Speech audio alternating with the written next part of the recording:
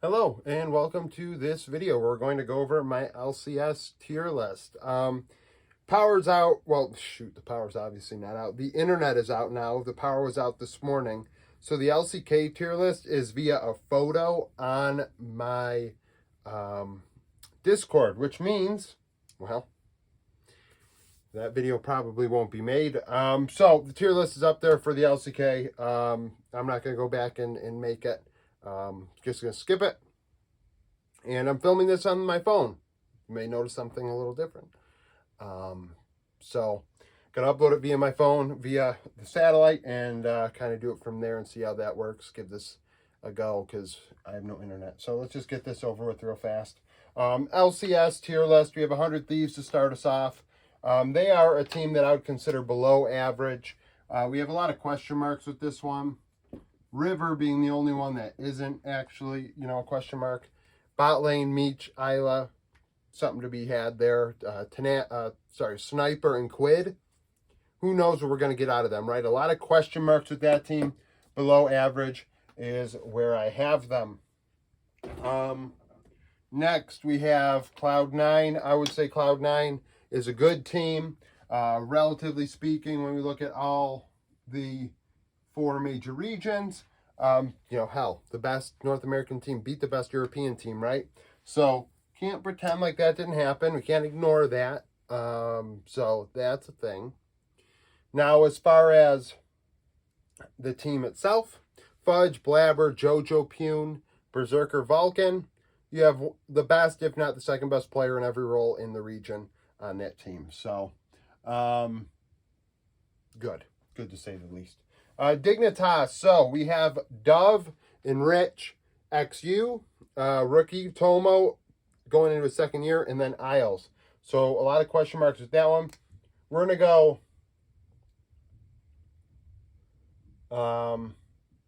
We'll go below average for that one. I'm having a difficulty here. I think we saw Rich look actually pretty good statistically when it comes to like damage and gold efficiency last year when he played with Dignitas. Now he didn't dominate lane like you would have liked out of a Korean import top laner, but I mean,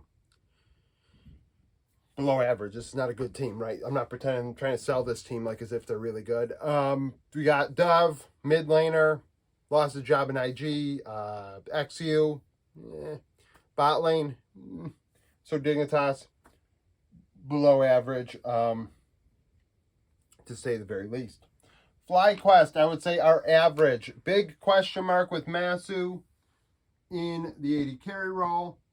I do think when you compare it to C9, it is going to take some time to get going. I have even heard, I think it may have been in Peter's Dunn interview, that it sounds like the making up of FlyQuest roster is almost counterproductive in the way that you have players that want different things out of their practice, and then you also have a bot lane that's very young. So I think we do have to think about that Masu, Busio probably need to learn how to play the game, not necessarily learn how to get freaky like Blippo and Jensen are going to. Inspired, obviously, excellent. FlyQuest, an average team when we're speaking about it in general. Immortals, we're going to go down here. So a lot of question marks as well.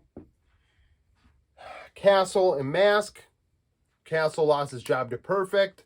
Perfect gets to play with KT. Castle ends up on Immortals. Mask did very well in ERLs. That's good for him. ERLs are what they are.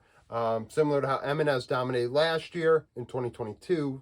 We'll see if Mask can repeat that performance in the LCS, being a latter stage rookie when it comes to age. Armeo is a good pair for him. Tactical Ole, they've been together before. I mean, that team, I guess, can move up into below average, but right now they're in that level. NRG, I have an average. They're a tough team because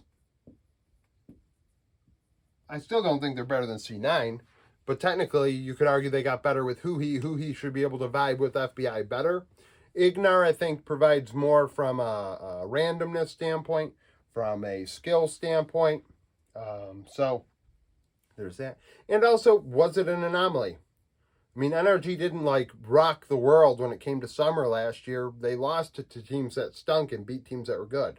And then they were somehow able to go to quarterfinals. So, yeah, that team's a hard one to really rate. Shopify Rebellion, I'm moving down here.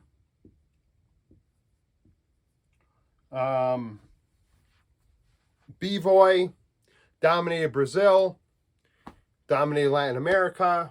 Is he going to dominate LCS? I don't know. He's older. If you missed my older and younger video, along with Zazel.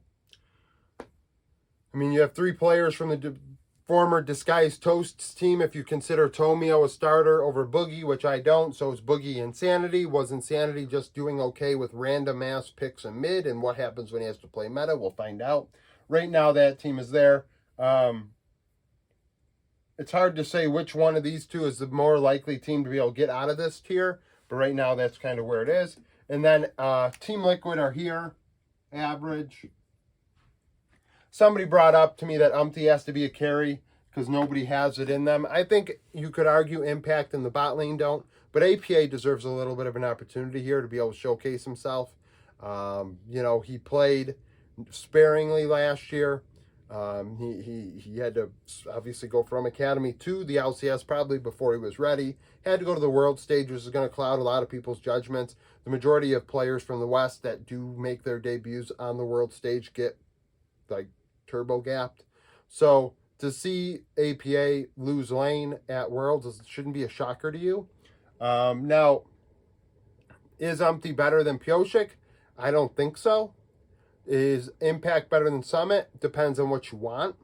And then the bot lane is the same. But relative to the LCS, I mean, relative to everything else, I think Team Liquid's an average team.